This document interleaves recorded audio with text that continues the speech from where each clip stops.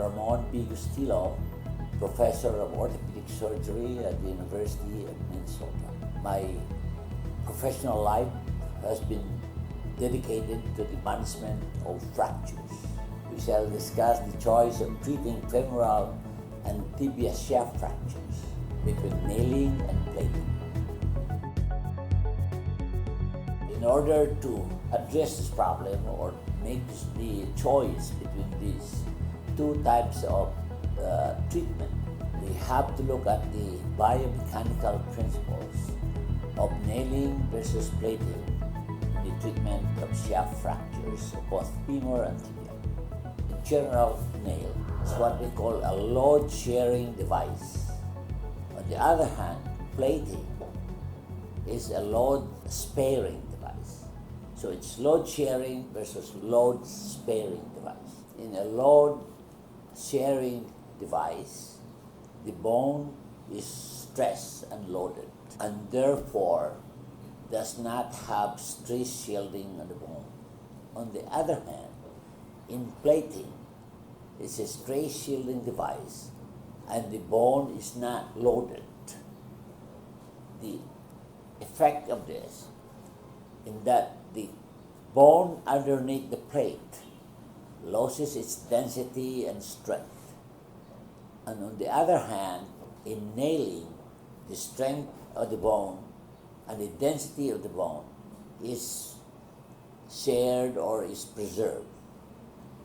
What happens is, when you remove the plate, for instance, in the treatment of femur or tibia fractures, the cortical bone underneath the plate is very weak and can fracture easily. On the other hand, when you remove the nail, the bone where it's being treated does not lose its strength. It's still the same as before. That's why the incidence of refracture following plate removal is very high as 20 to 25%. The incidence of refracture following removal of the nail is less than 1%.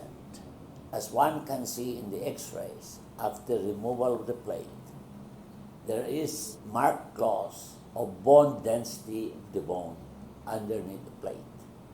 On the other hand, in the nail, when you remove the nail, the bone density is preserved and it's normal. Recently, there is a resurgence or there's an appearance of what we call lac plating. And this seems to compete with nailing. Still, the principles remain the same. Lac plating is stress shielding. Nailing of any kind preserves the bone and is load sparing or bone sparing. The other thing that it does in plating, it destroys the periosseous blood supply, which is the main ingredient for fracture healing. On the other hand, the nailing destroys part of the nutrient artery inside the bone, which does not affect fracture healing. Almost always, plate has to be removed and is accompanied by a high fracture rate, varying from 20 to 25%.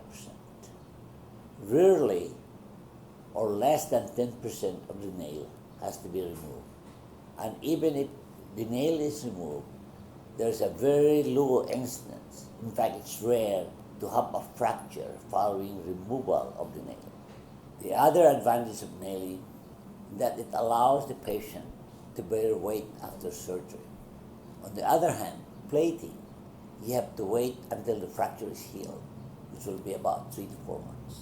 Lastly, lac plating is more expensive than nailing in both of implants as well as the expense of surgery, because plating almost have to be admitted to the hospital twice. The time that you apply it and the time you remove it. If you have to summarize it, what is the preferred treatment in femoral shaft and tibia fracture? First, the union rate following nailing is very high better compared to plating.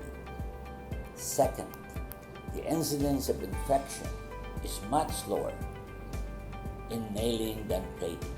The reason for this is in plating you have to expose the fracture site and you have a large space or large wound area that has to be closed and exposed to bacteria as well. The third reason is that refracture is very high in plating versus nailing. Our study shows, including my own publication, it's about 20 to 25% refracture when you remove the plate. And lastly, the cost of plating is 2 times more expensive than nailing for 2 reasons. Because of the implants alone, plus the fact that it requires another or second hospitalization for the removal of the plate. And if you include the high incidence of infection following plating, that really is much more expensive than nailing. If I have to summarize, there's no question the preferred treatment of femoral shaft and tibia fractures is intramedullary nailing and not plating.